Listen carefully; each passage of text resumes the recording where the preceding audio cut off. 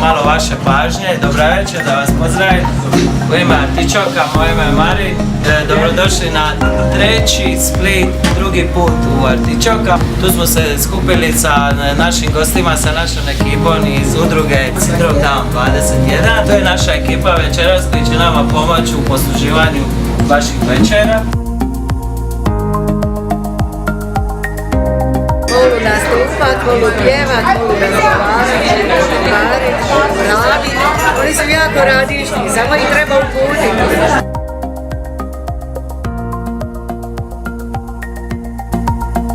Šta mislite o ovom događaju večeras? Kako vam se čini? Mislimo da je zaista predivan i velikodušan i bile bi zadovoljnije kad bi ovakvih događaja bilo više u našem gradu. Ne samo što su nas prekrasno uslužili, već smo i osjetili toplinu njihovih srca kraj nas.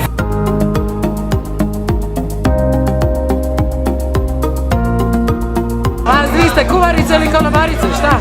A ne znamo, još vidit ćemo što će biti. A htjela sam se samo za zahvalit, kaže restoranu, što su nas pozvali ovdje.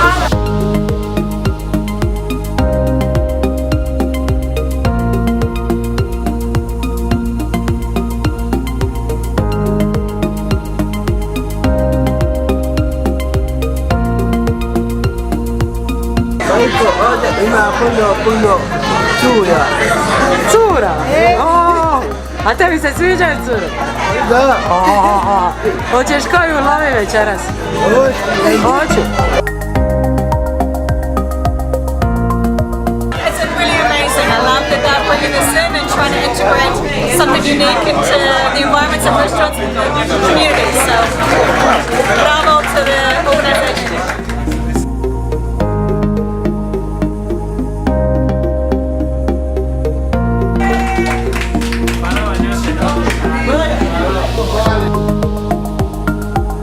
Imamo sad ne znam što imamo hačicadu, jokima, ribu i dezert.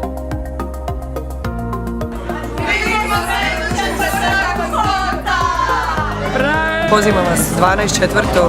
u restoranu Gorto Maltese da nas se pridružite i nastavimo jednu ovako divnu akciju, jedan val dobrih emocija i eto vidimo se.